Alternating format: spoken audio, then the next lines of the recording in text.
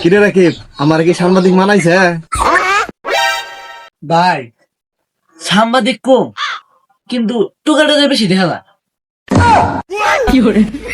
না বেটা, সব সময় সত্যি কথা কয়। আচ্ছা ভাই, সত্যি কথা তো কিছু না, যেটা সত্য উড়ে গেছে, জীবা দেখা যায় খাবাই গেছি। আচ্ছা বাদ দেই দেই, চড়াই ঘুরে ঘুরে দেই গে কৃষকের কি অবস্থা। চলো। তো দর্শক, আপনারা দেখতেই পারছেন কৃষক। হে ভাই কি কই, এরা কি কৃষক মানে থুতো থুতো করে, এটা কৃষক কইন ভালো করে।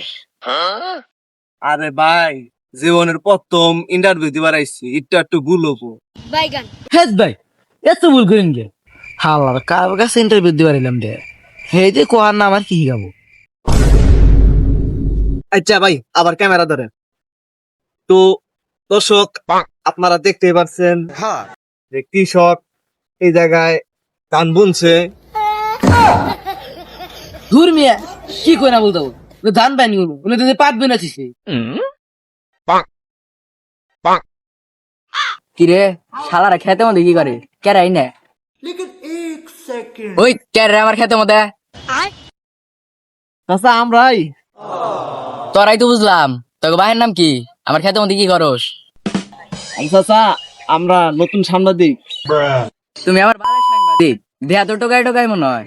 হর আমার খেতে থেকে চাচা, একটা ভিডিও বানাই দামগা। শালারে এখন খেতে হরে না কেরে। তো দর্শক, আপনারা দেখতেই পারছেন যে ঘাস এই জায়গা দিয়ে আগে অনেক ধান বোনা হতো, আর এখন ঘাস বোনা হয়। কারণ এখন গরুর খাদ্যের অনেক অভাব, তাই এই জায়গা দিয়ে ধান না বুনে ঘাস বুনেছে। কোন মন্দিরে মন্দিরে গেলে গাই দর্শন দিবা জানা। শালারা ভিডিও নিছে খারা আইলাম। তো দর্শক, আপনারা তো দেখলেন আজকে অনেক জায়গায় ইন্টারভিউ নিবার গেছিলাম, সব জায়গায় খেলে দাওয়া খাইলাম। তো এখন আমরা এই যে দোকানে ইন্টারভিউ নেব, তো ওই দোকানদার ভাইয়ের সাথে কথা বলে আসি, চলে। তো এখন দোকানদার ভাইয়ের সাথে কিছু কথা বলবো, চলেন। কি লাগবো আপনাদের?